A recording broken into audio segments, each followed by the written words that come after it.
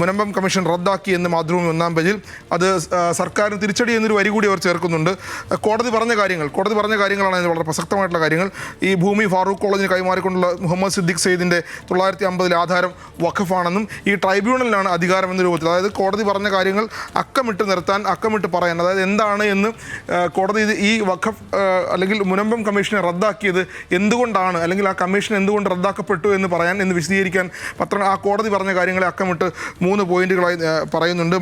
മാതൃഭൂമിയേക്കാൾ മനോരമ അതിനകത്ത് ഇനി സർക്കാർ ഇനി എന്ത് ചെയ്യാൻ പറ്റും എന്ന കാര്യം, അതായത് ഇനി സർക്കാരിന് മുന്നിലുള്ള പോംവഴികൾ 3 പോംവഴികൾ അതെന്തൊക്കെയാണെന്ന് മനോരമ 7-ാം പേജിൽ പറയുന്നുണ്ട് വളരെ വിശദമായിട്ട്.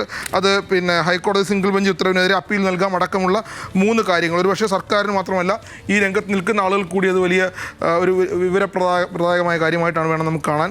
അതാണ് മുനമ്പവുമായി ബന്ധപ്പെട്ട്. മുനമ്പത്തെ സുപ്രഭാതവും മാധ്യമവും വളരെ സീരിയസ് ആയി കണ്ടിട്ടുണ്ട് ആ വാർത്തയെയും ആ കമ്മീഷൻ നിയമവിരുദ്ധമെന്ന് കോടതി പറഞ്ഞതിനെയും ഹൈക്കോടതി പരിഗണിച്ച കാര്യങ്ങളാണ് അതിനകത്ത് കൂടുതൽ വിശദമായി സുപ്രഭാതം പറയുന്നത്. മാധ്യമവും ആ അർത്ഥത്തിൽ തന്നെയാണ് അതിനെ കണ്ടിട്ടുള്ളതെന്ന് വേണം നമുക്ക് കണക്കാക്കാൻ.